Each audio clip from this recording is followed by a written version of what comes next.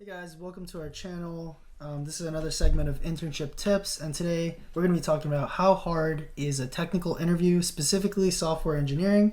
And Johnson, do you want to start off with that? Yeah, well, the first tip I would say is don't overdress, because I think I heard someone say which is contrary to many business internships and whatnot where you want to be suited up. Yeah, You can identify who the freshmen are in the room based off of who. That's crazy. It scales down how well you dress as you go to seniors because they're more and more confident in their actual competency.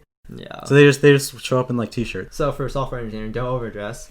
And then for the first company I interviewed with, which I did get an offer back from, they gave me 3 stages of interviewing. So the first one was a phone interview for an hour.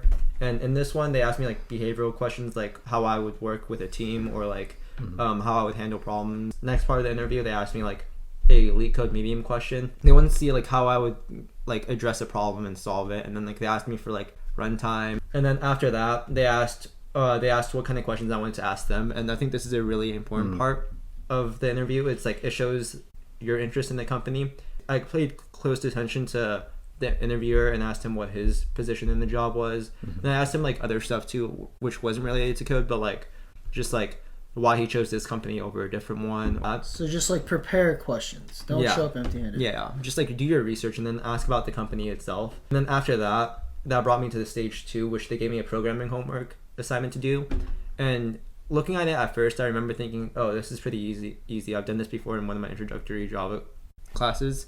But then quickly I realized there were a lot of edge cases that I needed to take account for, which I didn't. So it took me about 10 hours to do. How much time did they give you to do it? They gave me, well, this was over winter break, so they gave me pretty much all of winter break to do. Okay. And you waited until, I remember this year, we waited until the very end. And then it was the last 3 days. Would you say that programming homework, it was meant to trick you, or it was just testing competency? I think it was testing competency, because I remember emailing the assignment to him, and him emailing me back 13 minutes later saying, oh, you passed? And I was like, there's no way you got my email, tested my code, and emailed me back in 13 minutes. Okay. And then the third stage was I actually went to their office in Seattle. It was a 5-hour long interview, which I guess is not common for a lot of internships. It was 5 hours long. 5 different people interviewed me for an hour long. The first one, they told me to bring out my laptop and write a program for them. The second one, they gave me another leak, 2 leak code problems I had to do.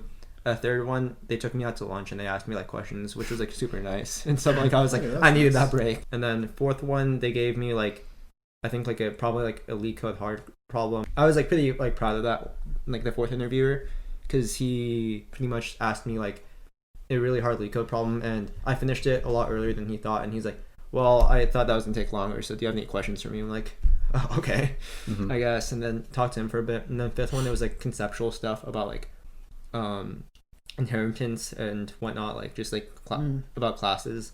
And that pretty much summed up my first place that I got an interview process with. And then I got the offer back with them.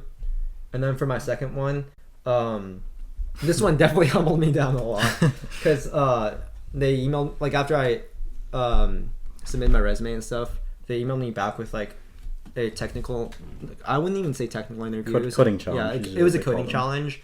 So I remember just doing the problems, and it was they gave you 3 hours, and I finished both those problems. And it's timed, you have to take it in your browser. Yeah. You have to do it within that 3 hours with seeing the code. And then I turned it in. I passed all the cases, and then after that I was oh, I'll for sure get the next part. But they rejected me. So I think it's they give you the coding challenge, and then after that they look at your actual resume to filter out. Yeah, it's just another stage in their filtering process, because if you don't apply with a referral, they have thousands of applicants. They have to filter you somehow, so they're just going to use that as one more factor to add on to your resume. It's not a guarantee that you're moving through. It's just another thing that they use to filter people. So yeah, I've had a lot of technical interviews and a mix of experiences, and it depends a lot on the company.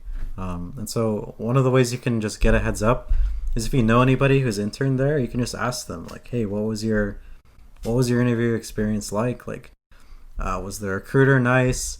If you can have someone introduce you to the recruiter, whatever. That's how I got this first interview, was through someone knowing a recruiter, and I was able to skip a lot of those initial steps that Johnson talked about, coding challenges.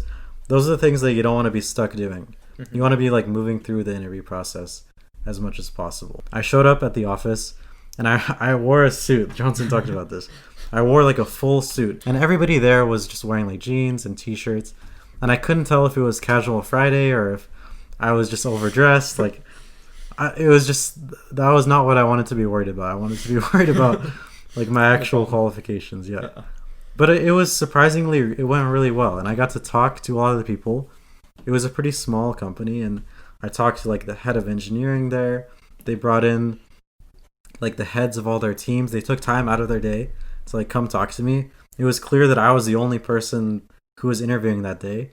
Sometimes you'll show up at a company and you'll be in a waiting room with like 6 other people, and you recognize the people, like they're in your classes, and they just interview you one after the other. And it just, you have no feeling of like worth, or like you're just another like person that they're gonna see.